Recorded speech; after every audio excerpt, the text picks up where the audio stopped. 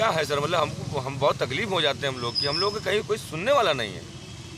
कोई अगर मीडिया आ रही है वहीं पर बाहरी गेट से लग जाता है, अंदर नहीं जाना, वहाँ पर कर्मचारी वहाँ से बंद किए गए जेल में। छात्र आते हैं तो छात्र के साथ भी हमारे SIS के सुरक्षाकर्मी तुरंत बोल लेते हैं कौन सा रूम नंबर है, कौन सा ईयर है, कौन सा डिपार्टमेंट है, जो इनका हक अधिकार इनको बता सके। बैनर हटाए इन्होंने, झंडे हटाए और टेंट भी नहीं लगने दिया। उस मीटिंग में निदेशक महोदय ने साफ शब्दों में कहा कि मैंने सिर्फ बैनर के लिए ऑर्डर किया था कि बैनर नहीं हटाए जाएंगे। मतलब बैनर आपके जो लग रहे हैं वो बाकी किसी के लिए मना नहीं है, वो आप हटा दीजिए।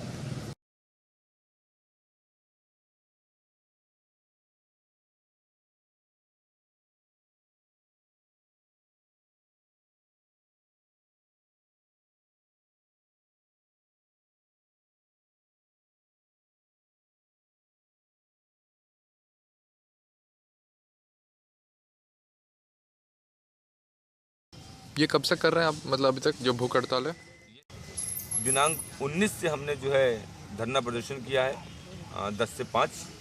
फिर दिनांक 27 से हमने क्रमिक अनशन 24 घंटे की भूख हड़ताल की है, 27 से लेकर 1 फरवरी तक। और 2 फरवरी से अनिश्चितकालीन भूख हड़ताल जो साथी हमारे 2 बैठे हैं, इन 2 साथियों ने अब तक सिर्फ पानी पिया है। ये बैठे 2 तारीख से 150 घंटे के ऊपर हो रहा है, 150 घंटे के ऊपर हो रहा है। तो आपकी कितनी बार बात हुई है एडमिनिस्ट्रेशन से अभी तक? एडमिनिस्ट्रेशन सर हमारी 1 2 3 4 वार्ता हमारी हो चुकी है। वो शुरुआत से ये देना चाहते थे कि 4 महीने का हमें समय दीजिए और अपना ये धरना प्रदर्शन अपने यहाँ से उठा लीजिए। अगर आप ये उठा लेते हैं तो ही हम BOG में रखेंगे, अन्यथा हम आपका ये नहीं रखेंगे। और इस BOG की मीटिंग में नहीं, अगले BOG में? अगले वो की, भी क्योंकि इसका एजेंडा हो गया है पूरा कंप्लीट हो चुका है। कर्मचारी का एजेंडा उसमें नहीं हो सकता। मई में कोई मीटिंग होनी है फिर से BOG की, उसमें मैं इस बात को रखूंगा और प्रयास करूंगा कि ये आपके कार्य हो जाएं। कोई आश्वासन नहीं है? आश्वासन यही है, प्रयास कि करूंगा। प्रयास करने के आश्वासन।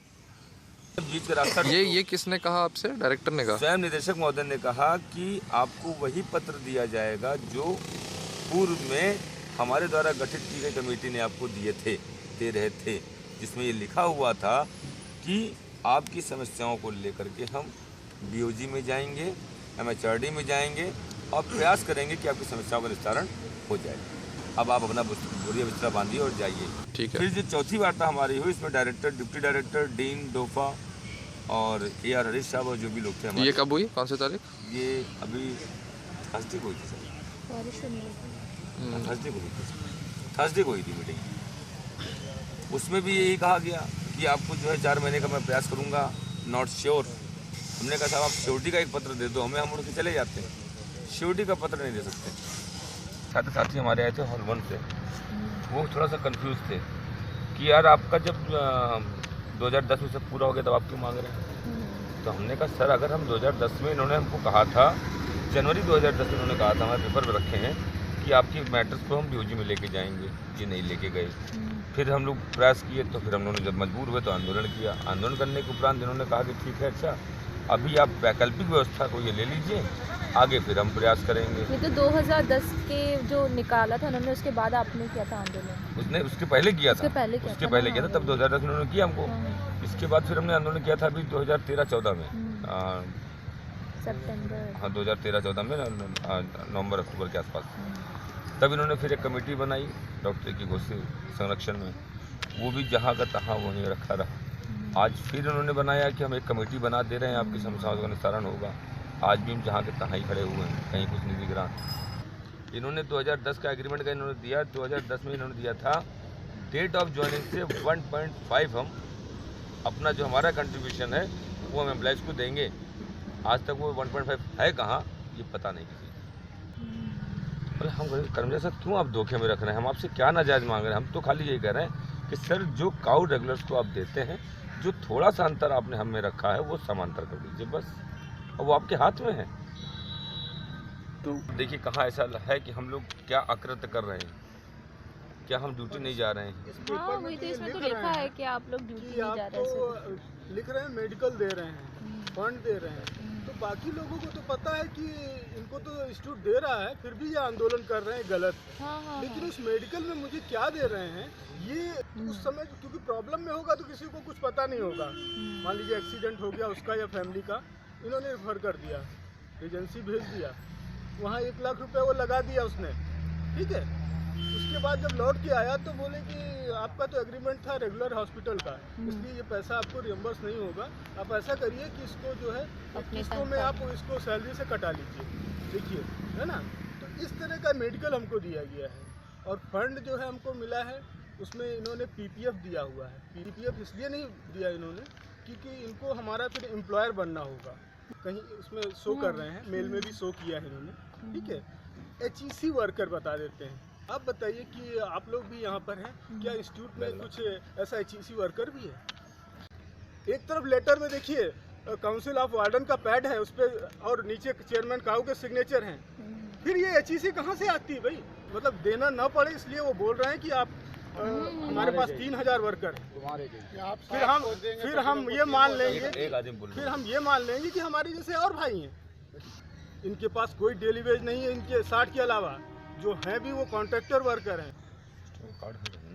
हाँ, तो हम लोग जैसे अभी हम वीडियो बना रहे हैं तो हम लोग ये चाहते हैं कि हम जैसे स्टूडेंट्स हैं उन लोगों को कुछ पता भी नहीं है यहाँ पे क्या चल रहा है, तो हम लोग उनके बीच में बात रखना चाहते हैं। तो हम लोग जो कल भी आए थे, हम चाहते हैं कि एक बार वो दोहरा लेते हैं कि जैसे आप लोग काऊ वर्कर्स हैं, जिन लोग मतलब सेमी परमानेंट है एक तरह से, कि आप लोग को बोला गया कि 60 साल तक आपको नौकरी मिलेगी, पर जो परमानेंट वर्कर है उनसे काफ़ी अलग हैं आप। तो ये जो अभी जो परमानेंट वर्कर हैं वो लोग कहाँ पे अभी एम्प्लॉयड है? वो हॉल 11 में ही है। ऑफिस में, कुछ काऊ ऑफिस में। आपका सैलरी में डिफरेंस है वो कितना है? मतलब ऐसे रेगुलर एम्प्लॉयज़ को कितना मिलता है सैलरी एक महीने में? एक महीने में रेगुलर एम्प्लॉइज इस समय जो है कम से कम 30 से लेके 40, 42, 45 जैसा जिसका बेसिक होता है, बेसिक के आधार पे होता है ये। हमारे साथ कोई बेसिक नहीं, हमें सिर्फ मिनिमम वेज ही दिया जाता है। सर टोटल कितना होता है महीने में? उनका महीने में टोटल होता होगा 30 से 35, 40 हज़ार। और आपका कितना होता है? हमें 8,000, 8,500। जब बहुत, अब जैसे 26 जनवरी या जो फेस्टिवल पड़े, नेशनल हॉलीडे से पड़े, उसको जिस मंथ में इंक्लूड कर लेंगे उस मंथ में हमको 9,500 तक मिल जाती है। जितनी ड्यूटी करें उतना वो सैलरी मिलती है। आपको मिनिमम वेज ही मिलता है कि उससे थोड़ा ज़्यादा मिलता है? मिनिमम बेस से थोड़ा ज़्यादा मिलता है, 50 रुपये, 40 रुपये, 40 रुपये वो डॉक्टर एम.के. गुरई ने दिया था। तो जब आप 50-40 बढ़ा के दे रहे थे, तब भी अगर आप वही चीज़ एक बार लागू कर दिए होते, हमारे यहाँ नहीं खड़े होते।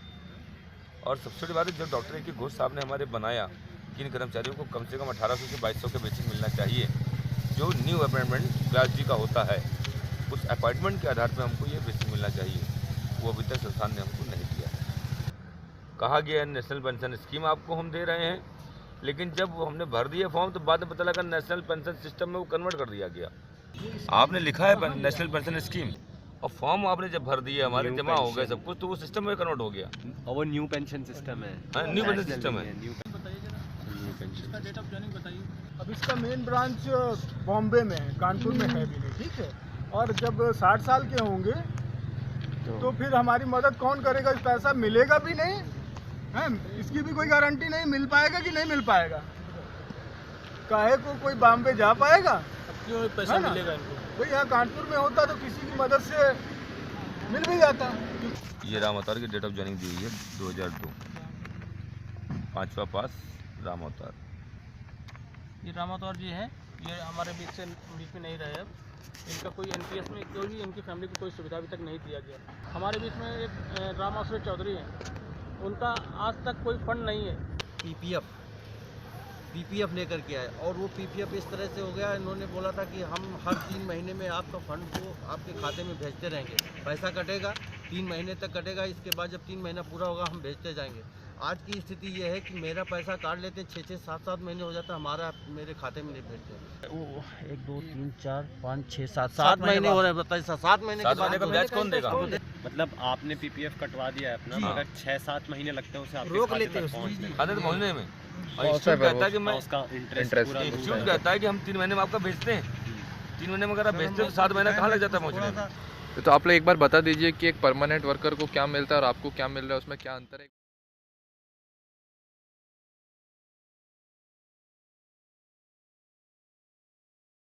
रजत हॉल्टन। यशु यादव हॉल्टन। चेतन पाटिल होटल। अच्छा कि अभी गेट पे कुछ चल रहा है धरना, उसके बारे में कुछ पता है आपको? मैं सोच का धरना है कुछ परमानेंट होने के लिए शायद। नहीं लेकिन मतलब अभी मतलब करंट सीन क्या उनका वो नहीं पता हमें। ओके, करंट सीन नहीं पता, लेकिन इतना पता है कि गेट पे कुछ चल रहा है और हाँ मतलब ये पता है कि वो परमानेंट बनने के लिए रहते हैं वही सोचते हैं नहीं मतलब हाँ धरना परमानेंट होने के लिए है, लेकिन उनकी करंट जॉब पोजीशन क्या वो नहीं पता है। Okay sir. मेरा नाम अभिनव गुप्ता है और मैं हॉलमैन हूँ। ठीक है, तो अभी आपने देखा होगा कि गेट पे कुछ चल रहा है, हमारे गेट पे कुछ लोग ऐसे वहाँ पे मुझे आइडिया मतलब वो बेस्ट वर्कर्स हैं जो परमानेंट होने की मांग करते हैं। मैं पलाशवन हॉल्टर, मैं शिवम चौरस्ते हॉल्टर। हॉल्टर से। तो अभी आपको आइडिया है कि गेट पे कुछ लोग बैठे हुए हैं और ये पिछले शायद एक हफ्ते के आसपास बेस्ट वर्कर्स का जो चला तो क्या इशू क्या है, कुछ आपके दिमाग में क्या इशू है, मतलब क्या लग रहा है? उनको परमानेंट एम्प्लॉयमेंट चाहिए लेकिन है नहीं, ऐसा कुछ है। प्रतीक मिश्रा हॉल साइड। तो अभी IT गेट पर क्या हुआ है? जो कुछ चल रहा है वहाँ पे देखे? हाँ, क्या हो रहा है? वही मैथ्स वर्कर्स और जो वर्कर्स हैं यहाँ की, उनकी स्ट्राइक है कि परमानेंट नहीं है ना वो शायद, तो उसके लिए स्ट्राइक कर रहे हैं।